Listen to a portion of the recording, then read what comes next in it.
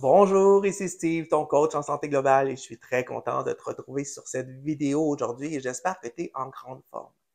On va traiter ensemble d'une problématique, souvent les pièges qu'on peut voir lorsqu'on veut entreprendre des changements.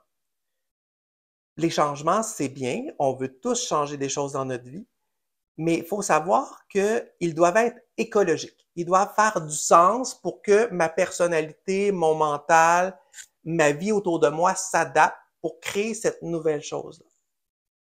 Donc, la première erreur qu'il peut avoir, c'est d'avoir surestimé, d'avoir pris un objectif qui est trop loin pour moi, donc qui n'est pas directement là.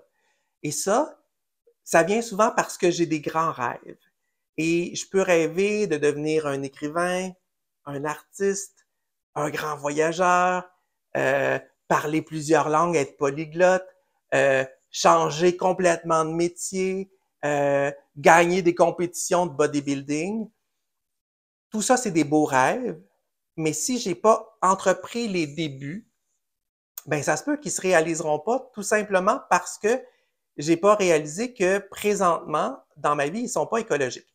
Donc, il faut que je vois, pour moi, cette structure-là en trois parties. Donc, il y a ce que je veux, mon rêve.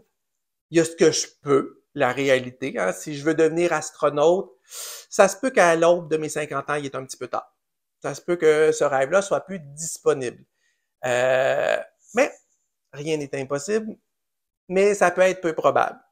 Et il y a ce que je vais me permettre. Donc, les rêves, on peut en avoir des tonnes de copies, c'est parfait, il faut rêver, mais il y a un moment où il faut réaliser ses rêves. Il faut réaliser les rêves par le contact avec la réalité et je vais regarder ce que je peux. Donc, où je suis rendu, qu'est-ce qui manque, quelles seraient les connaissances que je dois acquérir, quel est le milieu dans lequel je dois pouvoir entrer, c'est quoi les modalités, qu'est-ce qui se passe là-dedans. Donc, je peux souvent me prendre des modèles, des gens qui ont fait ça, et regarder comment ils sont arrivés, me poser des questions et commencer à faire par imitation, mettre des petites astuces, faire des étapes pour m'en aller dans cette direction-là, pour obtenir mon rêve.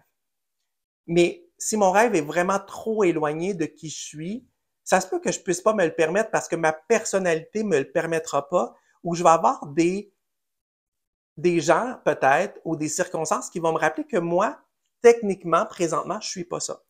Parce que lorsque je veux changer, lorsque je dis à ma famille, à mes amis, si j'ai jamais tenu un pinceau dans mes mains, que je vais tout quitter pour devenir un artiste, ça se peut que par bon déterme, mon entourage me décourage, me dise que c'est irréaliste et tout ça. Et ils ont un petit peu raison.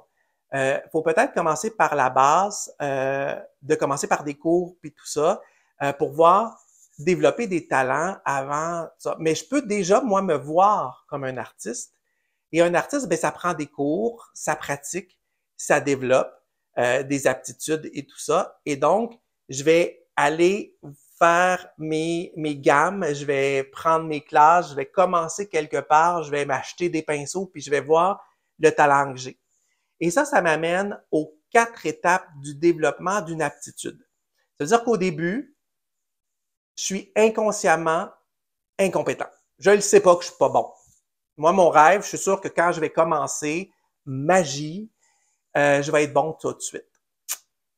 Malheureusement, c'est souvent là où le disque, il y a une graphine dessus et les gens abandonnent quand ils se rendent compte que ben c'est pas si facile que ça, qu'il va y avoir beaucoup de travail et que c'est pas gagné d'avance. Ce qui amène à la deuxième étape, donc, qui est d'être consciemment incompétent. Maintenant, je le sais. Et ça fait mal parce que ça heurte mon rêve qui était, ça va être facile, ça va être que beau, que du bonheur, j'ai enfin trouvé mon X, mon spot, je vais être dans le flow. C'est pas tout de suite que ça se passe être dans le flow, ça va être plus tard. Donc, il va arriver la troisième étape, si je persiste, et on souhaite persister, où là, je vais devenir consciemment compétent. Ça veut dire qu'avec beaucoup d'efforts, en faisant attention, en faisant beaucoup d'étapes, je vais réussir à produire quelque chose de bien.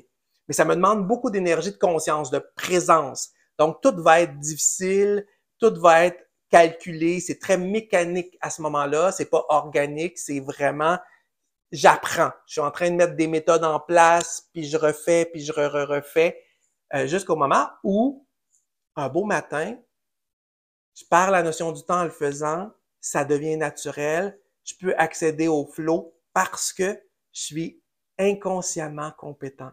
Mon cerveau s'est modifié et je suis une nouvelle personne qui a développé la capacité naturelle de faire ces choses-là. On a tous connu ces processus-là, ne serait-ce que quand on a appris à marcher. Il y a personne pour qui ça a été facile. Alors, les premières fois où on a essayé de se lever, oh, que ça a pris sur nos petits muscles puis sur notre corps énormément d'énergie. On est tombé, retombé. Mais il y a aucun bébé qui s'est dit « Ah non, marcher, c'est pas pour moi, c'est bien trop dur. » Non, parce que il y a tout un processus qui fait qu'il y a quelque chose en dedans qui sait que c'est ça qui doit se produire. Et ça devient un trait de la personnalité. L'humain se dresse, l'humain marche, à moins d'un handicap ou d'une chose comme ça. Mais sinon, c'est dans la nature humaine d'aller vers là. Même si c'est pas facile, même s'il y a plein d'étapes, même s'il y a de la frustration en cours de route, qu'on se souvient plus, mais il suffit de garder un petit poupon qui commence à faire ses premiers pas pour se rendre compte que c'est pas facile. Et moi, j'ai beaucoup d'admiration pour ces étapes-là de la vie. Donc, souvent, on a surestimé nos connaissances, nos aptitudes, donc on va aller chercher des nouvelles connaissances, on va aller voir des choses comme ça. Et des fois, on a sous-estimé la vision que j'ai des gens. Un exemple, moi, je voudrais me mettre au sport, je veux devenir musclé, mais peut-être que ça fait des années que moi, parce que je me calcule pas sportif, ben, j'ai une mauvaise vision des sportifs. Je calcule que c'est des gens superficiels, que c'est des gens qui gros bras, petite tête.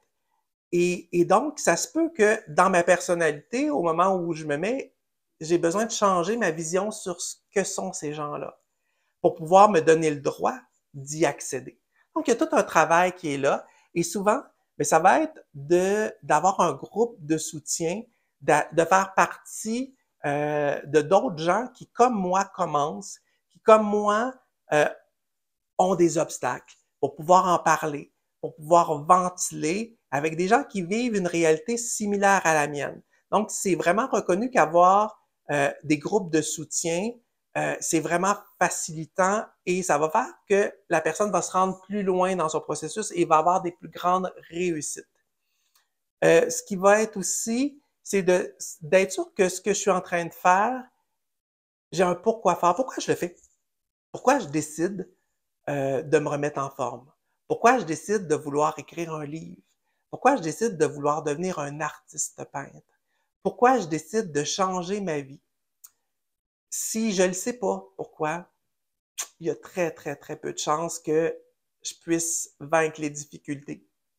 Parce que le pourquoi, c'est le gaz que je vais avoir besoin pour avancer. Donc, j'ai besoin de me rappeler pourquoi je suis en train de faire ça, parce que quand ça marchera pas, quand ça va être difficile, quand ça me tentera pas de me lever, quand ça me tentera pas, si je fais un dessin, de refaire un 10 millième rond encore et encore, j'ai besoin de me rappeler pourquoi je fais ça. Et ça, il n'y a que vous qui pouvez répondre à cette notion-là du pourquoi. Pourquoi je veux le faire. Et s'assurer que ça fit dans mes valeurs.